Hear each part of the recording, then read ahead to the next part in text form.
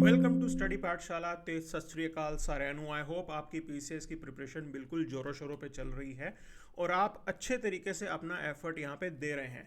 तो आज की क्लास में हम करंट अफेयर्स करेंगे और ये करंट अफेयर्स की आपकी क्लास नंबर 3 है।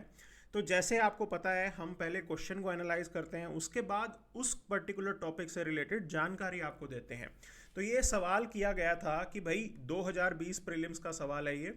इसमें पूछा गया था कि लक्षद्वीप आइलैंड को मेनलैंड इंडिया के साथ ऑप्टिकल फाइबर केबल लिंक से जोड़ा गया है। तो यहाँ पे जो फर्स्ट स्टेटमेंट है ये कहती है कि 11 आइलैंड्स को जोड़ा गया था, जो कि बिल्कुल करेक्ट है। और सेकंड स्टेटमेंट कहती है कि प्रोजेक्ट जो है वो पीपीपी मॉडल पे बीएसएनएल और आरआईएल मिलके उसे एग्जीक्यूट करेंगी। तो यहाँ मामला सेकंड स्टेटमेंट में कुछ गड़बड़ हो जाती है, इसीलिए गलत है यहाँ पे। तो अब पहले इसका एक्सप्लेनेशन देखेंगे और इस क्वेश्चन में से भी हम अपने एग्जाम के लिए जो रेलेवेंट इन्फॉर्मेशन है वो निकालेंगे। तो देखिए यहाँ पे आपके सामने नजर आ रहा है कि 11 आइलैंड्स जो लक्षद्वीप के हैं उनको जोड़ा जाएगा। तो ये बात तो बिल्कुल सही है। अब जो हमारे आज के लिए रेलेवेंट है वो ये है कि ये कौन से आइलैंड्स हैं जो लक्षद्वीप का पार्ट है। मतलब ये सवाल किया जा सकता है कि भाई ये आइलैंड के नाम मेंशन और 3-4 ऑप्शन मेंशन, और आपको बोलेंगे कि इनमें से कौन से आइलैंड्स जो हैं वो लक्षद्वीप आइलैंड ग्रुप का पार्ट कहे गए हैं।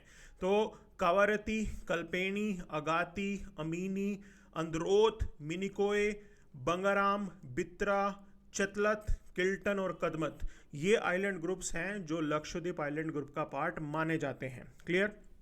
अब सेकंड स्टेटमेंट गलत क्यों था? देखिए, आरआईएल नहीं था, रिलायंस इंडस्ट्रीज उसके अंदर नहीं था, बीएसएनएल तो था, लेकिन उसके साथ साथ आपको नजर आएगा कि टेलीकॉम कंसल्टेंट इंडिया लिमिटेड, ये एंटिटी जो है इसके साथ मिलके उस पर काम किया जाएगा। क्लियर। अब बात को आगे बढ़ाते हैं। तो हमारे जो आज की डेट में रेलेवेंट जानकारी हमें होनी चाहिए वो ये है कि देखिए, हम यहाँ पे जितनी भी पंचायत हैं भारत के अंदर, उन सब को कनेक्ट कर रहे हैं through Bharat net project. Clear. पहले इस प्रोजेक्ट का नाम होता था optical fibre network. Modi ji आए, उन्होंने नाम चेंज कर दिया और आज की डेट में इसे भारत.नेट के नाम से जाना जाता है। आइडिया यही है कि आप जो है पूरे इंडिया के अंदर जो ग्राम पंचायतें हमारी, उनको ऑप्टिकल फाइबर केबल से कनेक्ट करोगे। क्लियर। 2024 तक 2.13 लाख ग्राम पंचायत जो है वो यहाँ पे कनेक्ट की जा चुकी हैं। और तकरीबन आप देखेंगे कि भाई जो टारगेट है दैट इज 2,22,000 ग्राम पंचायत का। ठीक। एक सवाल मैं आपसे पूछना चाहता हूं कि इंडिया में नंबर ऑफ विलेजेस कितने हैं? ठीक है, आप मुझे बताओ इंडिया में नंबर ऑफ विलेजेस कितने हैं। फिर आप मुझे बताओ कि नंबर ऑफ ग्राम पंचायत कितनी हैं। ठीक है। तो जो लोग ये सोच रहे हैं कि जितने नंबर ऑफ विलेजेस हैं उतने ही नंबर ऑफ ग्राम पंचायत है, तो वो तो बिल्कुल गलत है। ठीक है। नंबर ऑफ विलेजेस अलग हैं हमारे यहाँ पे और ग्राम पंचायत जो है वो अलग है। कई जगहों पे ऐसा है 2-2 3-3 गांव जोड़ के उनकी एक ग्राम पंचायत बना रखी है। लेकिन आपको एग्जैक्ट नंबर पता होने चाहिए, तो एग्जैक्ट जो है आप यहाँ पे कमेंट सेक्शन में बताओ कि क्या स्थिति है इसकी। क्लियर।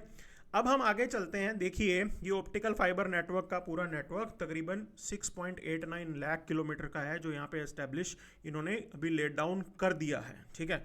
और बहुत बड़े जोरों शोरों से जो है ये काम चल रहा है यहाँ पे। अच्छा, अब इसका फ़ायदा क्या है कि एक बार हमारे यहाँ पे जो पंचायत हैं वो इससे कनेक्ट हो जाएंगी, तो वहाँ इंटरनेट सर्विसेज पहुँच जाएंगी और उसके बेस पे आप बाकी जो इंटरनेट की फैसिलिटीज़ हैं, ऑनलाइन फैसिलिटीज़, असिस्टेंस, सर्विसेज जो भी गवर्नमेंट देती है वो सभी वहाँ पे पहुँचाई जा सकेंगी। तो आपके यहाँ पे वाईफाई हॉटस्पॉट्स लगाए जाएंगे, मतलब fibre to home connections establish कर पाएंगे हम लोग रूरल इंडिया के अंदर। ठीक है। तकरीबन माना जा रहा है कि ई हेल्थ और ई एजुकेशन और ई गवर्नेंस को ध्यान में रखते हुए 10.56 लाख जो है फाइबर टू होम कनेक्शंस दे दिए हैं और 1.04 लाख वाईफाई हॉटस्पॉट्स ऑलरेडी हमारे यहाँ आ चुके हैं। अब देखो, एक और प्रोग्राम इन्होंने किया कि देखिए, भारत नेट प्रोग्राम जो था उसको थोड़ा सा अमेंड किया है और उसके अंदर एडिशनल 42,000 जो ग्राम पंचायत हैं वो ऐड की गई हैं। ठीक है। इस बेस पे देखा जाए तो तकरीबन 3.84 लाख विलेजेस वो यहाँ पे कवर कर लिए जाएंगे। और इस प्रोजेक्ट को इम्प्लीमेंट करने का काम किसको दिया गया है? यहाँ पे बीएसएनएल जो है वो सिंगल पॉइंट मैनेजमेंट एजेंसी है जो इस पूरे काम को देखेगी, वो इस ऑपरेशन को देखेगी और वहाँ पे मेंटेनेंस का काम भी करेगी। तो बीएसएनएल याद रख लेना, भारत.नेट नेटवर्क जो पूरा हम एस्टेब्लिश कर रहे हैं उसके साथ एसोसिएटेड है। ठीक है। अब इसके अंदर एक और काम की चीज़ होती है जिसे बोला जाता है यूनिवर्सल सर्विस ऑब्लिगेशन फंड। तो आपको ये भी पता होना चाहिए कि यूनिवर्सल सर्विस ऑब्लिगेशन फंड होता क्या है।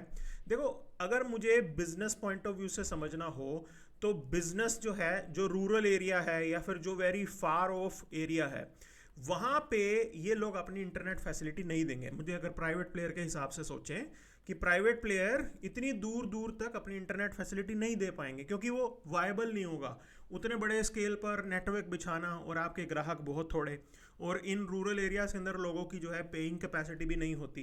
क्लियर? तो ऐसे में एक ये universal service obligation fund scheme बना रखी है कि होता क्या है, जब गवर्नमेंट इनको ये ऑक्शन करती है, मान लीजिए 4G या बाकी स्पेक्ट्रम की ऑक्शन की, इनको अलाउ किया कि आप सरकारी सिस्टम यूज़ कीजिए और इंटरनेट फैसिलिटीज़ जो हैं या बाकी टेलीकॉम फैसिलिटी हैं वो प्रोवाइड कीजिए, उसके अंदर से कुछ अमाउंट आपको एज अ फंड रखना पड़ेगा, मतलब इस यूनिवर्सल सर्विस ऑब्लिगेशन फंड के अंदर देना पड़ेगा, ताकि बाद में गवर्नमेंट इसका इस्तेमाल करके सब्सिडी दे सके। ओके, और ये सब्सिडी सरकार देगी जिसकी हेल्प से ये लोग जो है इन फार ऑफ एरियाज के अंदर अपना नेटवर्क बिछाएंगे।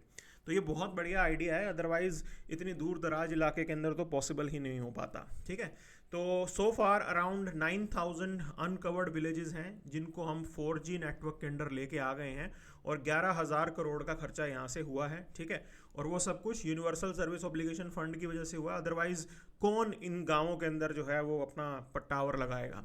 अभी पॉइंट ऐसे ही है कि भाई तकरीबन 24,680 और ऐसे विलेजेस हैं जहाँ पे 4G नेटवर्क लाया जाएगा। ठीक है, तो आइडिया है, लग रहा है अभी, लेकिन एट प्रेजेंट अभी ऐसा नहीं है। लेकिन इसके अंदर एक और इंटरेस्टिंग डेवलपमेंट है, देखिए कि गवर्नमेंट ने अप्रूव कर दी है comprehensive telecom development plan for north east India and island territories like Andaman Nicobar and Lakshadweep via submarine optical fibre cable. Okay, तो लक्षद्वीप पे तो सवाल आ गया, पूछ लिया उन्होंने।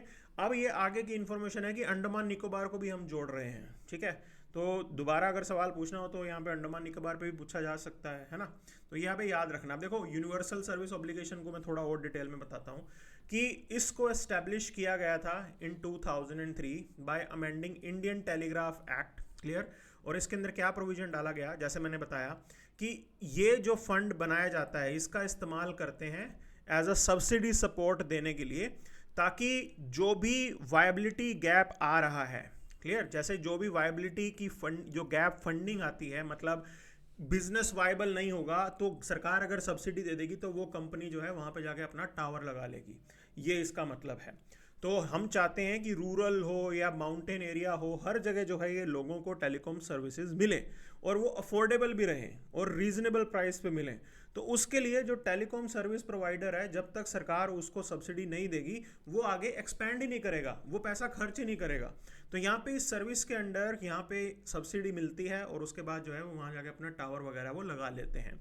अदरवाइज वो ऐसा करेंगे ही नहीं, ग्राहक तो है नहीं ना, वो तो बड़े शहरों में ही लगाते रहेंगे जहाँ पे उनको जो है क्लाइंट भी आराम से मिल जाता है। क्लियर? तो ये थोड़ा सा पॉइंट है, ये यूनिवर्सल सर्विस ऑब्लिगेशन फंड है। क्लियर? कि टेलीकॉम सर्विस प्रोवाइडर वो थोड़ा पैसा इसके अंदर डालते हैं, जो भी जो है गवर्नमेंट से उनको टेंडर मिलता है उसका थोड़ा पैसा वो इसमें डालेंगे। That is what it means. अब यहाँ पे बात करते हैं कि कैसे हमने अपना टेलीकॉम इंफ्रास्ट्रक्चर जो है उसको अपग्रेड किया और एक्सपेंड किया है।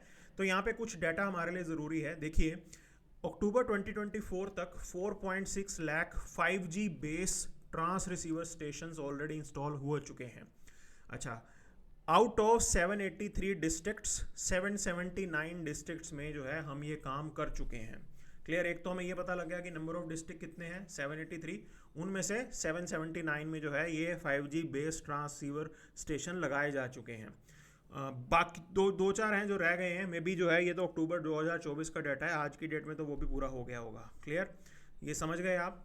अब इसके अलावा आप समझ लीजिए कि गवर्नमेंट ने इसको बेसिकली इन टावर इंस्टॉलेशन पे भी काम शुरू कर दिया है और काफ़ी अच्छा रिफॉर्म किया है, जिससे जो है ये कंपनीज इजीली अपना टावर वगैरह एस्टेब्लिश कर सकती हैं, कोई ऐसा प्रॉब्लम उनको नहीं आती है। ठीक है, मतलब पहले क्या होता था, right of the way rules problem create करते थे। Right of the way rules क्या है, बेसिकली ये टावर वगैरह लगाने के लिए आपको जो है डिगिंग करनी पड़ती है, खुदाई करनी पड़ती है, यहाँ पे आपको ऑप्टिकल फाइबर जो है वो यहाँ पे लगाना पड़ता है ना।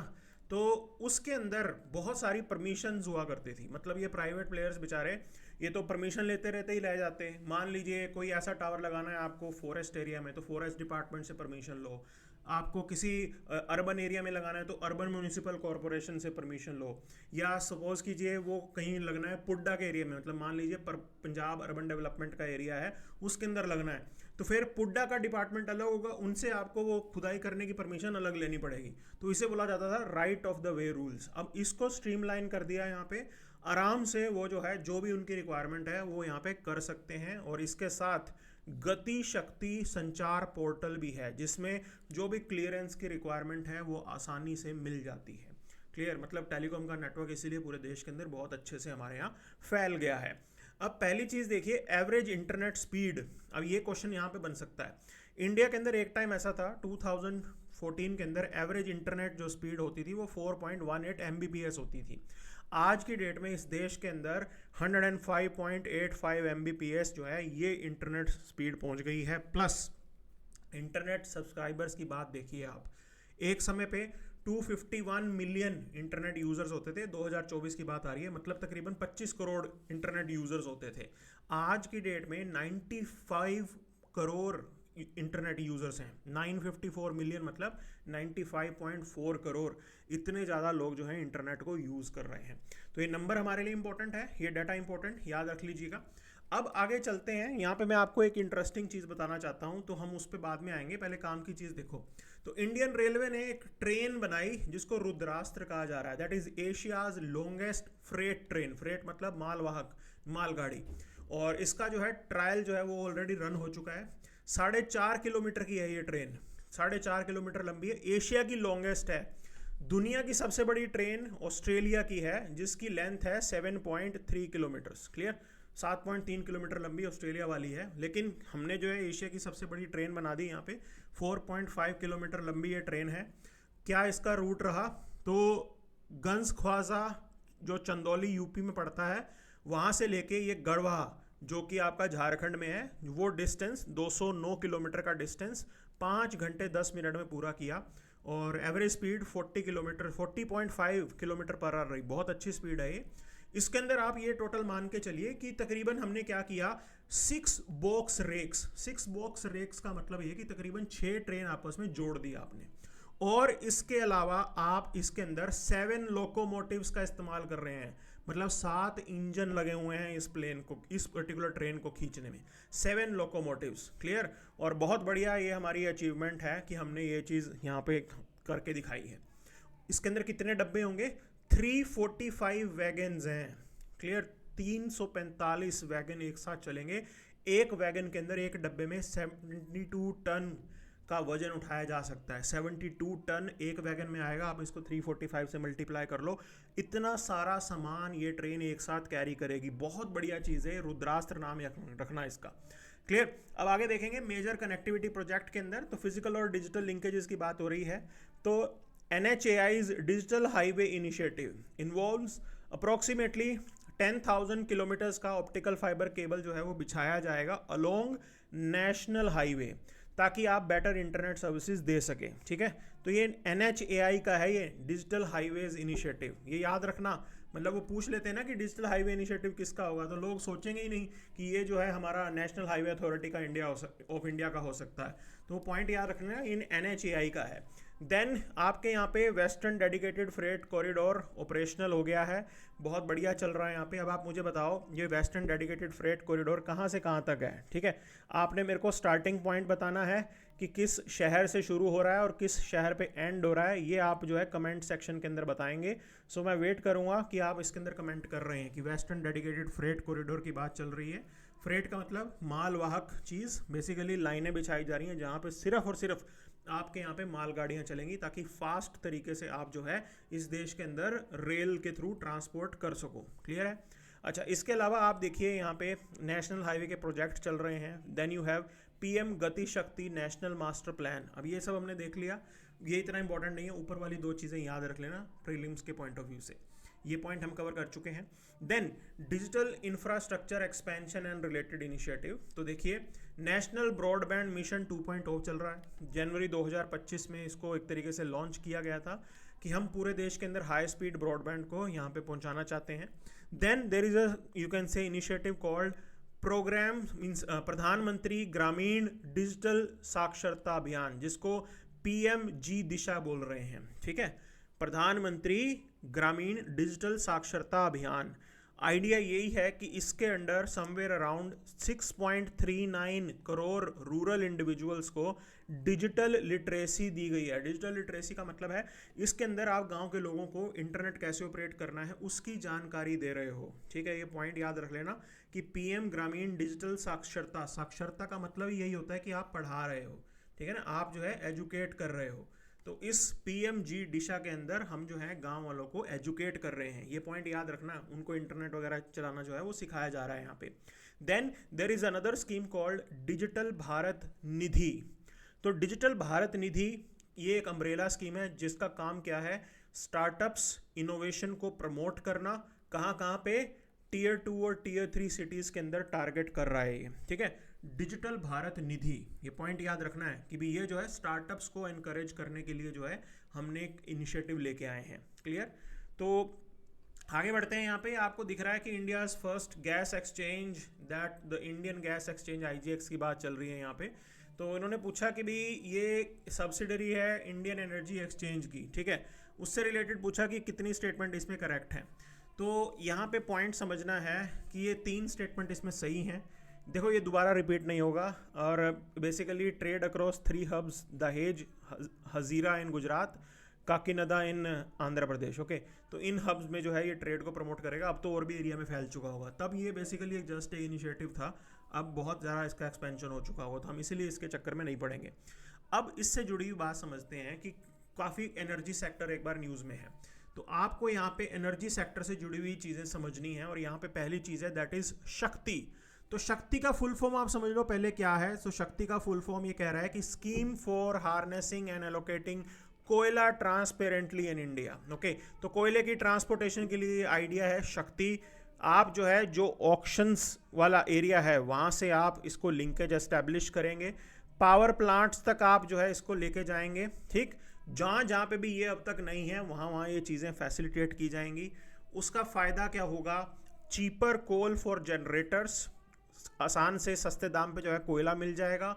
कंपनी को एक चीज़ की एश्योरेंस रहेगी कि हाँ कोयले की सप्लाई जो है वो दुरुस्त रहेगी, उसमें कोई भी रुकावट नहीं आएगी, ठीक है। तो ये बहुत बढ़िया आइडिया है शक्ति का। आप देखो कोयला अच्छे से आ रहा है, उसका बेनिफिट क्या होगा, जो भी हमारे यहाँ पे नॉन परफॉर्मिंग एसेट्स थे, मतलब वो कंपनीज जो नुकसान उठा रही थी, जहाँ पे लॉस में जा रही थी, उन कंपनीज के लिए काम आसान हो जाएगा। उनके जो नॉन परफॉर्मिंग एसेट्स हैं वो कम हो जाएंगे, दोबारा बिजनेस बनना शुरू हो जाएगा, क्योंकि पीछे से सप्लाई की कोई प्रॉब्लम ही नहीं होगी, क्लियर। तो ये कोल एलोकेशन के लिए पूरा आइडिया है शक्ति, scheme for harnessing and allocating कोयला ट्रांसपेरेंटली इन इंडिया, ठीक है।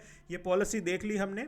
अच्छा, इसके अंदर एक और चीज़ की जाएगी कि जो पहले पुराने हमारे लेटर ऑफ अश्योरेंस थे उनको बदला जाएगा, ठीक है। नया मॉडल आएगा, नए मॉडल के अंदर कोल एलोकेशन जो है प्रॉपर ऑक्शन के साथ होगा, मतलब बोलियां लगेंगी यहाँ पे। पुराने टाइम पे क्या होता था ना, अलग अलग जो है सिस्टम चलता था, अब वैसी चीज़ नहीं है। अब ये ऑक्शन के थ्रू होगा, कंपनी पैसा लगाएगी और जो है उनको कोल ब्लॉक मिल जाएगा, उसके बाद वहाँ से कोयला निकालो और बिजली बनाओ, clear. Then there is another portal, एक ऐप है जिसको उत्तम ऐप बोला जाता है।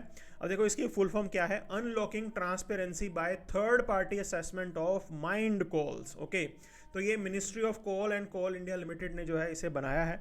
आइडिया ये है कि कोल की सैम्पलिंग के अंदर भी कोयले की क्वालिटी किस तरीके की है, ख़राब है, अच्छी है। माइन में कोयला बनता है ना, मिलता है, तो उसकी सैम्पलिंग की जाती है कि ख़राब है कि अच्छी है, उसको लेके ये ट्रांसपेरेंसी लेके आएगी। और यहाँ पे आप गवर्नमेंट और इंडस्ट्री को एक साथ जोड़ रहे हो, यूज़र के पास रियल टाइम अपडेट मिलेगा कोयले की सैम्पलिंग को लेके। बहुत बढ़िया ये सिस्टम है। सिटीज़न भी इससे एम्पावर्ड होगा, ताकि सिटीज़न भी यहाँ पे जो मॉनिटरिंग हो रही है उसमें एक रोल प्ले कर सकता है कि कहीं पे कोई गफलत होगी तो इमीडिएटली पता लग जाएगा। ये ऐप है, ठीक है, आप भी ये डाउनलोड कर सकते हो और आइडिया लगा सकते हो, जिसमें पूरी डिटेल है कि कोयला किस पर्टिकुलर माइन के अंदर कितने अच्छे है, कितनी अच्छा है, कितनी बुरी क्वालिटी का है, और अपनी रिक्वायरमेंट के अकॉर्डिंग आप देख सकते हो कहाँ से कोयला मंगाना है, ठीक है। Then you have another system that is coal mine surveillance system, okay.